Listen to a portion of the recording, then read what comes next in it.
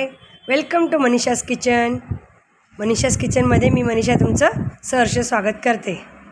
आज आपण वेगळाच पदार्थ बनवणार आहोत, विदाऊट शेवाळ्यांचा शीरखुर्मा. तो कसा तर बघा, त्याच्यासाठी लागणारी रेसिपी आहे.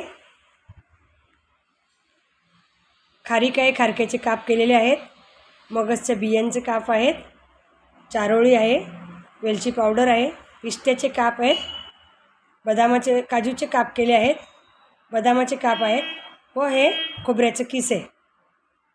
त्याच्यासाठी लागणारी साखर आहे व दूध आहे, तूप आहे, असली तूप आहे गाईचं.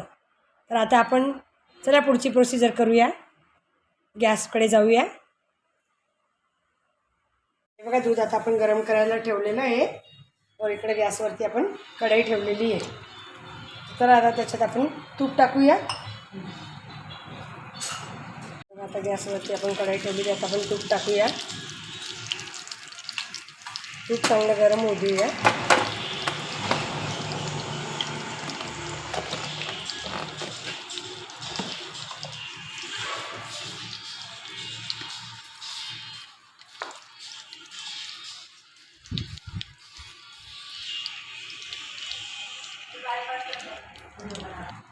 तर आता आपलं तूप गरम होत आलं आहे.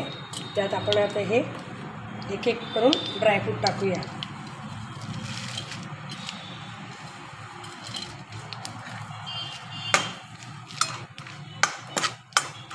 हे थोडं लाल होण्यात आलं का मग आपण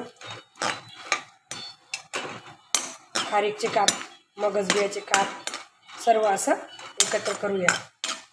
अगदी 5 मिनिटात होणारी ही रेसिपी आहे. तुम्ही लगेच करू शकता. इन्स्टंट आपल्याकडे कोणी पाहुणे आले, कोणाला गोड करून द्यायचं असेल तर आपण नक्की हे ट्राय करू शकता. खूप छान लागते.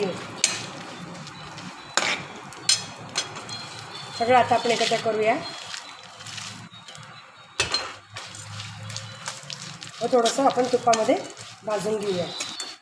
आता आपलं दूधही गरम झालं आहे, तर आपण त्याच्यामध्ये दूध ओतून घेऊया. मस्त अगदी खमंग असा वास येत आहे बघा. तर आपण आता त्याच्यात दूध टाकूया. चांगलं भाजलं गेलं आहे आपलं.